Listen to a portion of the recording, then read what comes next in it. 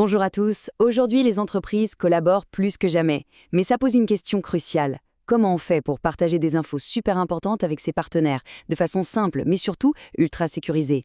Eh bien, la réponse tient en amont, l'extranet. Allez, on va décortiquer ensemble cet outil B2B qui est devenu incontournable. C'est vraiment le problème. Qui n'a jamais vécu ça, hein? Les chaînes de mails qui n'en finissent plus, les pièces jointes qui disparaissent dans la nature, et puis cette angoisse permanente. Est-ce qu'on travaille tous sur la bonne version du document? Franchement, c'est un vrai casse-tête. Ça fait perdre un temps fou, de l'argent, et pire, ça peut créer de vraies failles de sécurité. En fait, on peut voir chaque partenariat comme une sorte de puzzle. Toutes les pièces doivent s'assembler parfaitement, et pour ça, évidemment, il faut l'outil qui va bien. Alors, imaginez un peu. Une sorte de porte d'entrée numérique, mais privée.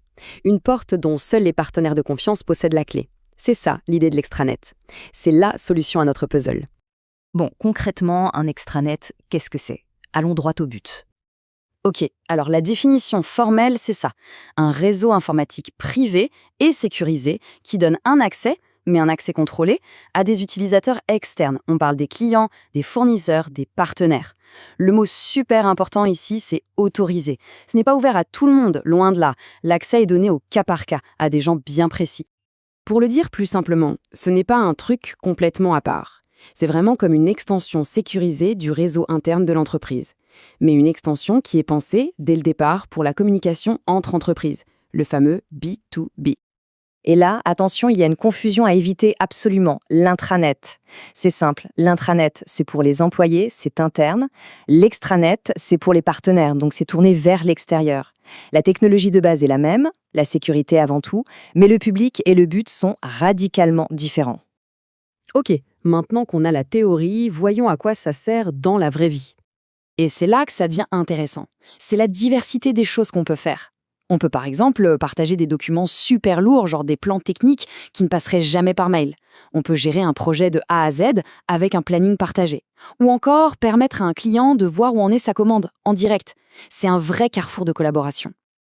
Et je le répète, mais le point fondamental, le cœur du réacteur, c'est la sécurité. Ce n'est pas une option, c'est la base. Pour se connecter, bien souvent, un simple mot de passe, ça ne suffit pas. Non, on parle d'authentification forte pour être absolument certain que seule la bonne personne accède à la bonne info. Point. Bon, la théorie, c'est une chose, mais rien ne vaut un bon exemple pour bien comprendre. Alors, allons-y.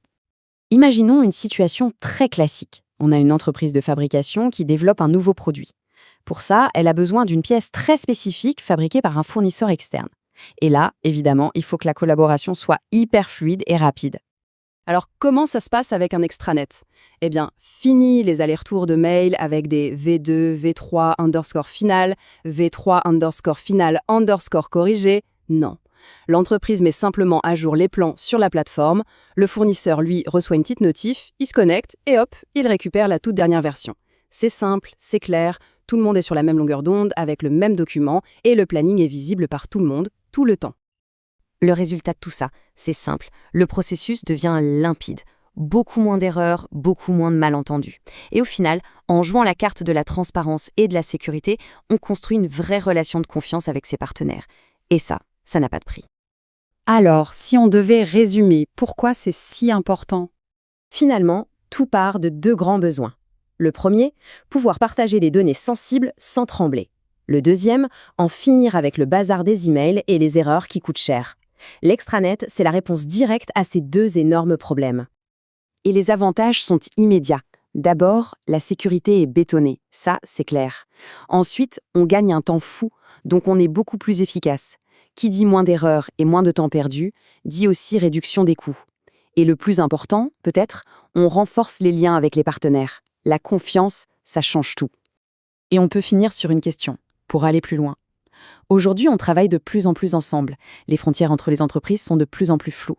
Est-ce que, demain, un extranet ne sera pas tout simplement aussi essentiel pour une entreprise que son propre site web?